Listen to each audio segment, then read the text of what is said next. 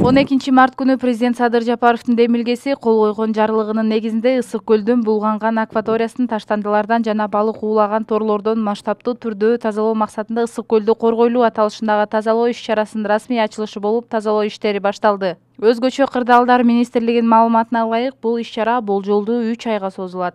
Бүгүнтөн баштап ошо тазалоо жумуштарын баштадык.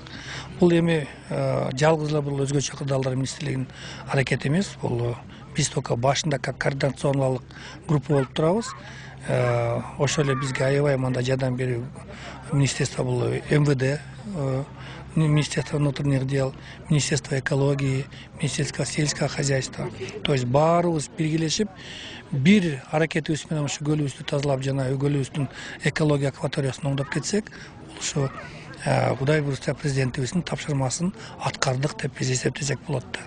Аталган тазалоо иштери Ысык көл облусунун Түп районуна караштуу Ысык көл айылында өтүп, ага Каракол шаарынын мэриясынын алдындагы жаштар дагы катышты. Алар таштандыларды тазалоо менен экосистеманы жандантып, жарандарды таштанды таштабоого чакырып өттү. Биз ушул Каракол шаарынын мэриясынын алдындагы жаштар борбору ушул иш-чараны колдойбуз. Мындан ары да ушундай иш-чараларды колдоого даярбыз.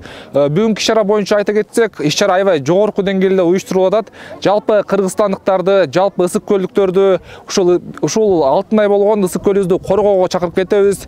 Иш-чарага Ысык көл облусундагы ыйгарым укуктуу өкүлү баш болгон тиешелүү ведомстволордун өкүлдөрү жана жергиликтүү тургундардан да катышты. Абдан жакшы иш башталды. Муну жалпы баарыбыз элибиз күтүп атканбыз. Акыркы 30 жылдан ашык убакытта эми көлүбүздөн баарын алдык, бирок мындайча айтканда ордуна эчтеке берген жокпуз. Өзгөчө Кырдаалдар министрлигине, башка ушул иш-чарага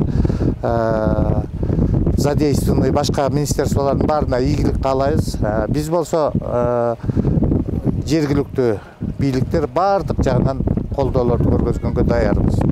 Эске салсак, бул ишти натыйжалуу жана сапаттуу аткаруу үчүн быйыл Түркия мамлекетинен алынып келинген Дельта катери колдонулган. Аталган катердин жүрүү ылдамдыгы саатына 40 км чакырымды түзүп, ичине 10 суучул шаймандары менен батат. Белгилей кетсек, суучулдарда буга чейин мындай техникалык мүмкүнчүлүк жок болгондуктан издөө жана куткаруу ишинде ыкчам аракет көрүүдө бир кыйла кыйынчылыктарды жаратып келген. Ал эми аталган катерди Кыргызстанга берүү боюнча өзгөчө Кырдаалдар министри Бообек Ажикеевдин Түркия мамлекетине болгон иш сапарында макулдашылган. Айдай Амантурова, Бекболот Тыйканбаев, Ош Фильм жаңылыктары.